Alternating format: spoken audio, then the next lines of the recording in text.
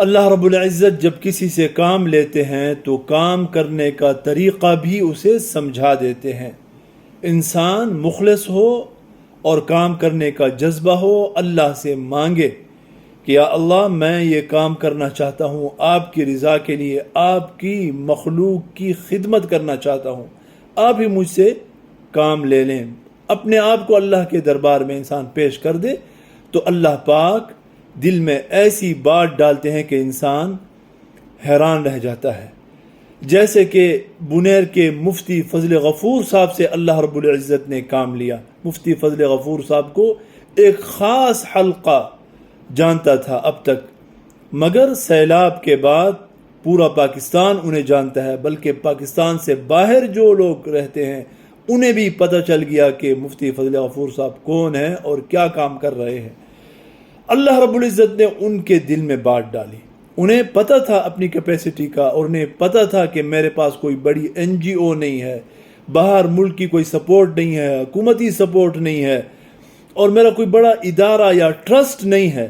اس کے باوجود انہوں نے کام کرنے کی ٹھانی۔ ان کے دل میں اللہ رب العزت نے یہ بات ڈالی کہ کیوں نہ مدارس کے طلبہ کرام، اساتذہ کرام اور مدارس سے وابستہ لوگوں سے کام لیا جائے جو کہ میری آواز کے اوپر لبیک کہہ سکتے ہیں۔ چنانچہ انہوں نے اعلان کیا اور مدارس کے طلبہ کو کال دی کہ جمعرات کو ویسے بھی اسباق عام دنوں سے کچھ کم ہوتے ہیں، ان میں تھوڑی سی آسانی ہوتی ہے اور جمعہ کے دن چھٹی ہوتی ہے، بجائے اس کے کہ انسان چھٹی کرے کیوں نہ مدارس کے طلبہ آئیں اور لوگوں کی خدمت کریں۔